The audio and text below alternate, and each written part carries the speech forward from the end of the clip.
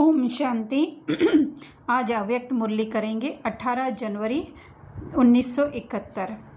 अव्यक्त स्थिति द्वारा सेवा। तो सबसे पहले हमें ये समझना है अव्यक्त स्थिति अर्थात होती क्या है। ऐसे नहीं कि हम सब कुछ भूल गए शरीर का तभी अव्यक्त स्थिति हो, या जब हमारे सारे कर्मों के हिसाब किताब जो है वो चुक्त हो जाएगी तभी कोई अव्यक्त स्थिति हो। पर जो है ये दिन में हमें बार बार करने की है। ये शरीर, देह, रोल, ड्रामा सब कुछ होते हुए भी, कर्म होते हुए भी, कर्म करते हुए भी जो है बार बार जो है उससे डिटैच होकर के जो है वो अपने न लगे लेकिन वो पराए हैं और कोई कर रहा है। इस तरह से जब हम उससे अलग होंगे तब जो है हमारी अव्यक्त स्थिति थोड़े थोड़े समय की, जो कहा जाता है कि tiny drop make a mighty ocean, तो ये धीरे धीरे करके हमारी स्थिति बनती है। एक साथ कोई हमारी स्थिति नहीं बनेगी। अगर तभी स्थिति बने तो अभी हमारा क्या है पुरुषार्थ? अभी हमारा पुरुषार्थ यही है कि जो है हम धीरे धीरे करके इस शरीर से डिटैच हो जाएं। तो शरीर से डिटैच हो जाएं तो उसका भी ये मतलब बिल्कुल नहीं है कि हम शरीर को सिर्फ भूलें, सिर्फ दिखने वाले शरीर को भूलें, वो नहीं।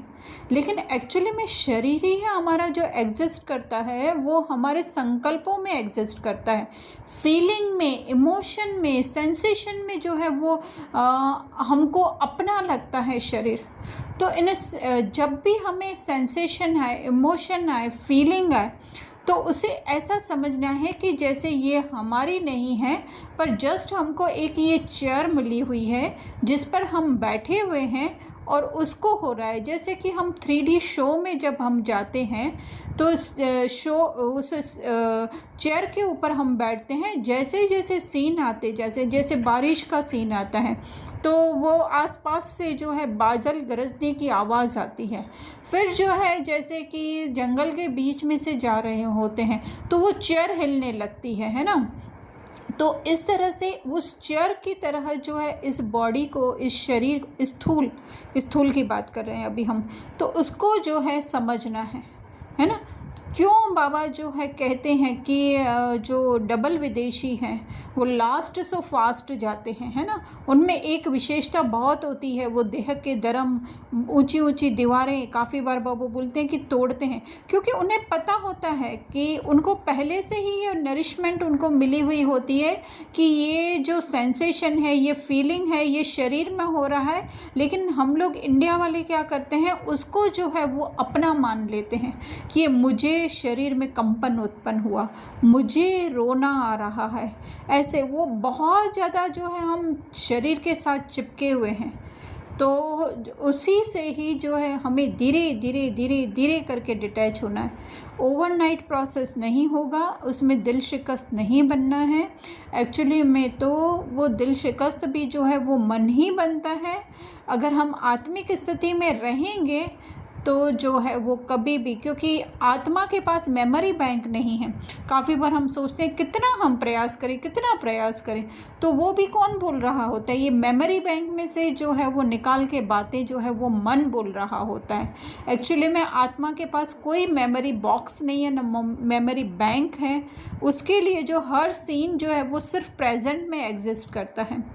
वो सिर्फ जो है अभी को वो मानती है, एक सेकंड पहले, एक सेकंड बाद को भी वो नहीं जानती है आत्मा, है ना। तो उस अव्यक्त स्थिति में जो है हमें स्थित होना है। तो सुनते हैं बाबा क्या कहना चाहते हैं। आज आवाज़ से परे जाने का दिन रखा हुआ है, तो बाप दादा भी आवाज़ में कैसे आए, है ना। क्योंकि हम 18 जनवरी को जो है वो अव्यक्ति दिवस के रूप में मनाते हैं। बाबा ने जो है वो, ब्रह्मा बाबा ने जो है वो साकार शरीर का त्याग कर और जो है हमेशा के लिए, है ना। वैसे भी उनकी अंदर की स्थिति तो ऐसे थी, लेकिन फिर भी जो कहीं ना कहीं हमें उनका देह दिखाई देता था इन स्थूल आँखों से। लेकिन वो संपूर्ण रीति से जो है उनके बंधन से कहें वैसे तो मुक्त हो चुके थे, लेकिन जो है ड्रामा में उनका कुछ न कुछ पार्ट जो है औरों के साथ रहा हुआ था। लेकिन फाइनल जिसको हम कहें ठप्पा लगने का दिन जो है वो 18 जनवरी। तो हम भी जो है उस दिन को जो है उस स्मृति से मनाते हैं। पर होता यह है कि सिर्फ हम वो दिन या वो मास मनाते हैं, फिर से हम जो है आवाज़ में आते जाते हैं। तो बाबा हमें फिर से रिमाइंड करवा रहे हैं कि आज आवाज़ से परे जाने का दिन है। तो आवाज़ भी हम सिर्फ स्थूल एक शब्द न रखें कि आवाज़ से सिर्फ परे जाने का दिन है, लेकिन आवाज़ प्लस जो है जो हमें दिखाई दे रहा है उसके पीछे की जब हम सच्चाई देखें कि उसके पीछे भी क्या है, वो इनविजिबल आत्माएं ही हैं। ये तो जस्ट जो है वो लाइट का शो चल रहा है। तो वो स्मृति में रहे, वही है आवाज़ से परे। आवाज़ से, देखने से, फीलिंग से, सबसे दूर जाने का जो है वो दिन है। तो बाबा को भी जो बाबा स्वयं ब्रह्मा और शिव बाबा जो सदैव जो है इस आवाज़ की स्थिति से परे रहते हैं, है ना।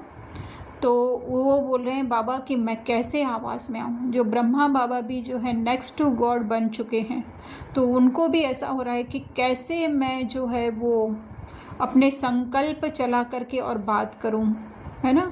एक्चुअली में तो अव्यक्त स्थिति में संकल्प चलाने ही नहीं होते हैं, फिर भी जो है एक संकल्प चलता है और मुंह से आवाज़ निकलता है ना। तो उनको जो है उस आवाज़ में, संकल्पों के भी आवाज़ में, क्योंकि हमें संकल्पों के भी, मेन तो संकल्पों की आवाज़ से जो है वो परे जाना है। आवाज़ से परे रहने का अभ्यास बहुत आवश्यक है, बाबा कह रहे हैं। क्यों? क्योंकि हमारी फाइनल डेस्टिनेशन वो है जहाँ पे कि हमारे, फिर से हम कह रहे हैं आवाज़ मतलब ये नहीं सिर्फ मुख का आवाज़, लेकिन संकल्पों का आवाज़ बहुत ज़्यादा शोर मचाता है। कोई भले कोई भी कितना भी अलग जो है वो रहे, है ना, लेकिन वो संकल्पों से अलग कैसे रह सकता है।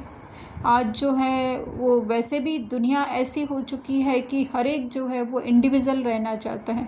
4 लोगों के परिवार में भी 2 लोगों के परिवार में भी नहीं रहना चाहता है। 2 लोग होंगे तो भी हर एक जो है अलग अलग कमरे में रहना चाहता है। वो तो ठीक है एक दूसरे की आवाज़ न सुनाई दे या न दिखाई दे, लेकिन अपने संकल्पों की आवाज़ से वो कैसे दूर जाएंगे। तो आज बाबा कह रहे हैं कि आवाज़ से परे मतलब उन संकल्पों से भी परे रहने का दिन है। हाँ, ड्रामा अनुसार अगर संकल्प आ रहे हैं तो भी जो है उससे अपनापन नहीं जोड़ना है कि ये मेरे संकल्प है, तो उससे बहुत दूर रहने की जो है आवश्यकता है। आवाज़ में आकर जो आत्माओं की सेवा करते हो, उससे अधिक आवाज़ से परे स्थिति में स्थित होकर सेवा करने से सेवा का प्रत्यक्ष प्रमाण देख सकेंगे। तो यह उस समय पे नहीं हो सकेगा कि हम सारा दिन आवाज़ में आते रहें और फिर सेवा करने जाएं तो उस समय सोचें कि हम आवाज़ से परे स्थिति में होकर सेवा करें। नहीं, सेवा भले हम 5% करें, किसी को 5 मिनट भी सुनाने की सेवा करें, लेकिन उससे पहले जो है हमारा सारा दिन का ये अभ्यास रहना चाहिए कि हम स्वयं को जो है ये देह नहीं माने, देह के संकल्पों को, है ना। फिर से अगेन कर रहे हैं कि आवाज़ बाहर का तो है ही है, लेकिन अंदर संकल्पों के आवाज़ में भी जो है वो नहीं आना है। हमें उससे भी जो है, ऐसे नहीं कि हमें उससे युद्ध करना है या उसको रेजिस्ट करना है या जो है उससे घृणा नफरत करनी नहीं, उसको सिर्फ अपना नहीं मानना है ना। तो फिर जो है हम जब आवाज़ में आकर के सेवा करेंगे तो उस समय भी हमारी स्थिति कैसी होगी, वही आत्मिक स्थिति हमारी होगी।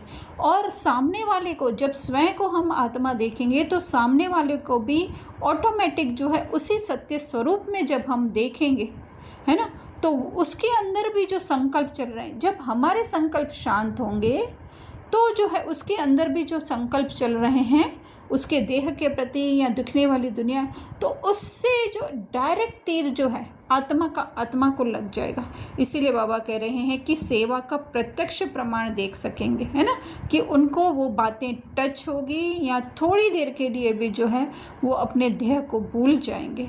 फिर बाबा आगे कह रहे, अपनी अव्यक्त स्थिति होने से अन्य आत्माओं को भी अव्यक्त स्थिति का 1 सेकंड में अनुभव कराया तो वह प्रत्यक्ष फल स्वरूप आपके सम्मुख दिखाई देगा, है ना। कैसे दिखाई देगा, वो जो आगे बात की हमने कि उनको भी जो है वो बातें जचेगी, वो भी जो है मुंडी हिला हिला के, भले मुंडी नहीं हिलाएंगे लेकिन उनकी शांति की स्थिति जो है वो ट्रिगर होगी, वो शांति का अनुभव करेंगे, शांति से जो है हमारी बातें सुनेंगे और जो है उनकी आँखों से ही जो है हमें पता चल जाएगा। फिर बाबा आगे कह रहे हैं, आवाज़ से परे स्थिति में स्थित हो, फिर आवाज़ में आने से वह आवाज़ नहीं लगेगा, है ना, क्योंकि उनको हमारा आवाज़ सुनाई देते हुए भी जो है सामने वाले को, या हमें स्वयं भी आवाज़ में आते हुए भी जो है, क्योंकि आवाज़ तो ऑटोमेटिक, जो वाणी जो है वो ऑटोमेटिक जो है वो निकलेगी ड्रामा अनुसार, क्योंकि वो रिकॉर्डेड है ना, रिकॉर्डेड मूवी चल रही है पूरी, तो जो है लेकिन उनकी वो सत्य स्वरूप आत्मा टच होगी उसके पीछे की। फिर बाबा ने कहा, लेकिन उस आवाज़ में भी अव्यक्ति वाइब्रेशन का प्रवाह किसी को भी बाप की तरफ आकर्षित करेगा, है ना। बाप की तरफ आकर्षित करना अर्थात उस सत्य स्वरूप, उस संपूर्ण स्वरूप की तरफ आकर्षित करना, क्योंकि हम बाप बच्चे दोनों कैसे हैं, सदैव संपूर्ण, सदैव साथ हैं। वह आवाज़ सुनते हुए उन्हों को आपकी अव्यक्त स्थिति का अनुभव होने लगेगा, है ना, क्योंकि उनको भी हमारे प्रति क्या होगा, एक कहीं न दिखाई देने वाला स्नेह, प्रेम, रिस्पेक्ट, रिगार्ड होगा कि कुछ प्राप्त हुआ है हमें इनसे, है ना। तो वो कह रहे हैं कि अनुभव होगा। फिर बाबा ने कहा, जैसे इस साकार सृष्टि में छोटे बच्चों को लोरी देते हैं, वह भी आवाज़ होता है, लेकिन वह आवाज़ से परे ले जाने का साधन होता है ना, कि अगर बच्चों को लोरी दे रहे हैं हम गीत गा करके या कुछ भी, तो फिर क्या होगा, वो इंडिकेट करता है उनको, है आवाज़, लेकिन उनको इंडिकेट क्या कर रहा है कि तुम्हें अभी शांत होकर के सो जाना है ना। तो वही बाबा कह रहे हैं कि आवाज़ से परे ले जाने, है ना, हम जो उनको मुख को बोलेंगे वो इतनी बातें उनके आत्मा को, मन को राहत देने वाली होगी कि वो स्वयं ही जो है आवाज़ से परे स्थित होने के लिए आकर्षित होंगे। बाबा कह रहे हैं, ऐसे ही अव्यक्त स्थिति में स्थित होकर आवाज़ में आओ तो आवाज़ से परे स्थिति का अनुभव करा सकते हो। 1 सेकंड की अव्यक्त स्थिति का अनुभव आत्मा को अविनाशी संबंध में जोड़ सकता है। कैसे? अगर उनको एक बार वो टेस्ट लग गया तो फिर वो टेस्ट इतना प्यारा है, जो सारे दुनिया के टेस्ट जो हम खाते हैं, जो देखते हैं, जो सुनते हैं, जो बोलते हैं, जो टच करते हैं, उन सब से भी जो है, क्योंकि वो टच जैसे हमको बार बार आकर्षित करता है, उससे कई गुना अधिक जो है, जो इतनी थका हुआ जो मन है, आत्मा नहीं कह सकते क्योंकि आत्मा तो सदैव है ही बाबा के साथ शांत, लेकिन इतना थका हुआ जो मन है, वो जो तरस रहा है उस शांति को, वो जो है बार बार जो है उसको खींचेगा। ऐसा अटूट संबंध जुड़ जाता है जो माया भी उस अनुभवी आत्मा को हिला नहीं सकती। माया अर्थात कि ये दिखने वाली दुनिया, ये जो विचार जो हमारे देह के प्रति हैं, वैसे दिखने वाली दुनिया माया नहीं है, लेकिन उसके प्रति हमारे आसक्ति की भावना है ना, कि ये मैं हूँ करके, वो जो है वो भी आकर्षित नहीं कर सकती या हिला नहीं सकती अनुभवी आत्मा को। कौन सी अनुभव? वो हमें देखने का है, आत्मा के अनुभव। तो आज इतना ही, फिर आगे दूसरी मुरली में।